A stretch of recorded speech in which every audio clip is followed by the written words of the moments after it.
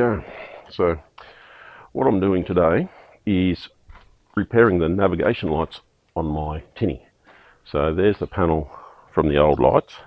So the switches and fuses are broken. So what I'm going to do is knock up a new one out of Perspex. So I've got some Perspex floating around my shed. So what I'll do first up, I'm just going to mark in this area here because it's scrap from another job. So I'll mark her up with the old Sharpie. And then I'm going to cut it out with an angle grinder. Now, because Perspex shatters really easily, the best way to cut it really is an angle grinder, because it won't shatter, but it does melt a little bit.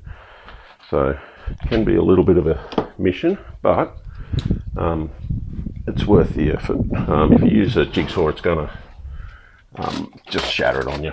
It's also a bit tricky to drill, so you've got to be very gentle drilling it. So we'll see how we go. Got plenty in case it breaks. So I'll swap to some safety glasses and some earmuffs, and away we go. We'll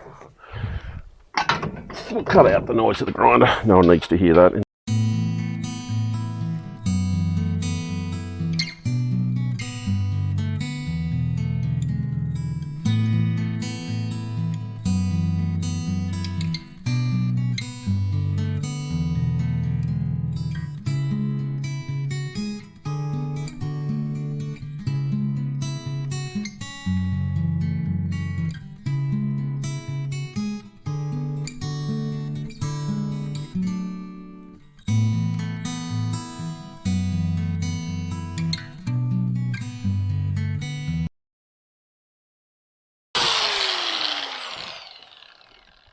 One nice little bit. So it has a little bit of a sharp edge, so we can touch that up with a bit of sandpaper. So let's grab a bit of sandpaper and touch that up, and then it's ready to roll. So you want those little sharp edges gone off it. So it just doesn't take much to get rid of it.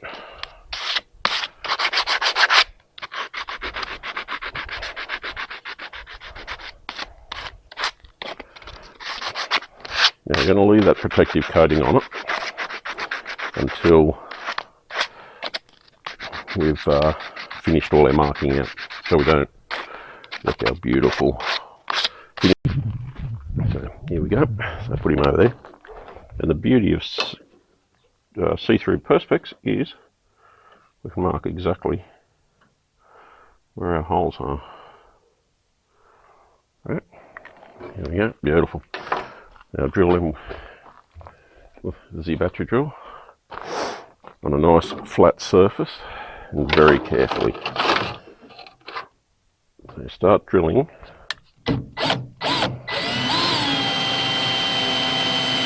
Actually, I'll get a little bit of timber so you can drill right through.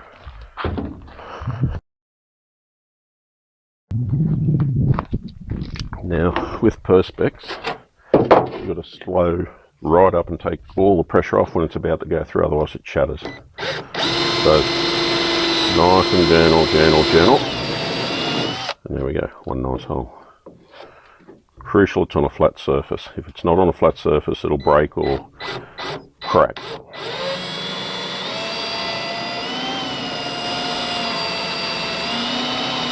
So nice and gentle. There we go.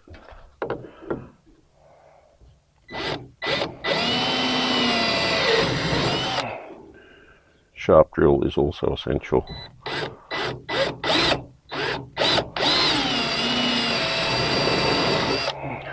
Right, let's get my bolts out to check that it sits right. And while it's sitting there, I'm going to measure up for the switches. So,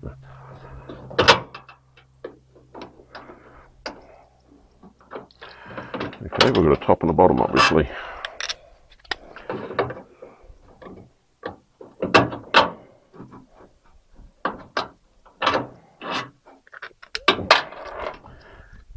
Get that sorted.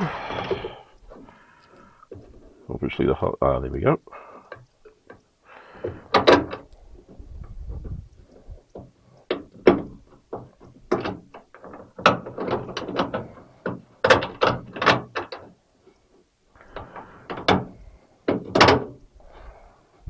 two holes that aren't quite. Okay, so my drill's moved as I'm drilling it. Now I'm going to gently you've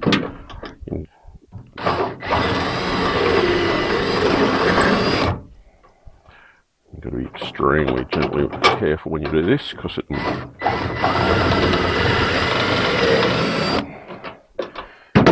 can end in tears.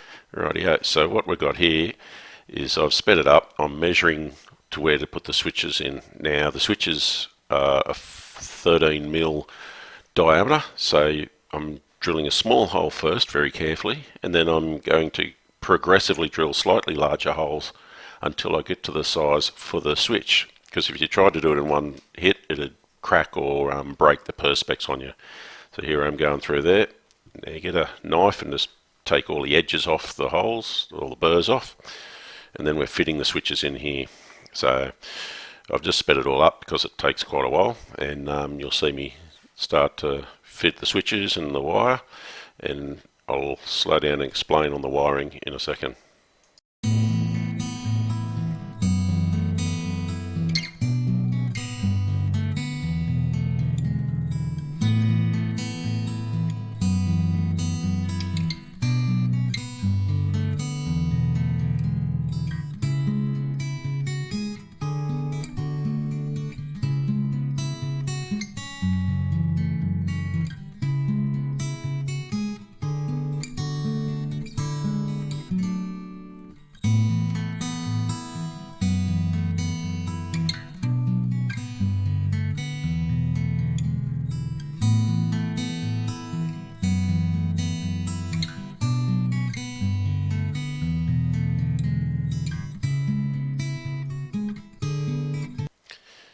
So as I'm doing the wiring here, I'm using proper electrical pliers, which have a crimper in the back of the handle there. So it's a very handy thing. I'm about to do a close-up on the camera so you can see the crimping tool behind the cutters. So here it is there. Yep, super high speed. Very handy. So if you get a pair of pliers, make sure they've got that little crimping feature in the back. It's a very handy thing to have.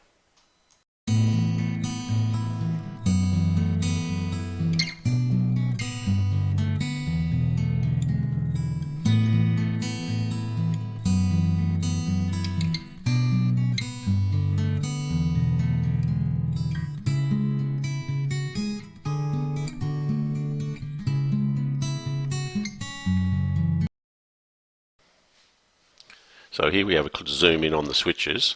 So on the bottom, the white cable, that's the positive from the battery being looped across the switches, and on the top you've got the red wires going off to each light, and there's a fuse in the bottom there, an inline fuse to protect it if there's any problems. Now last of the whole process is we're going to put the battery into a little console there, so going to wire it up. So with the switches higher now, they're away from the battery, so they're not going to break in when I'm driving around in the water. Now I'll give them a bit of a whirl. So the rear light there, you can see the one beside the motor coming on, pointing to it there. And then I've got two more switches. I've got running lights, they're the red and green lights on the front. And then I've actually got a LED floodlight on the front, so when I'm driving overnight or crabbing, you can see clearly where you are and where your traps are. So yeah, that's all done, all working well, and thank you very much for watching. Hope you enjoyed it.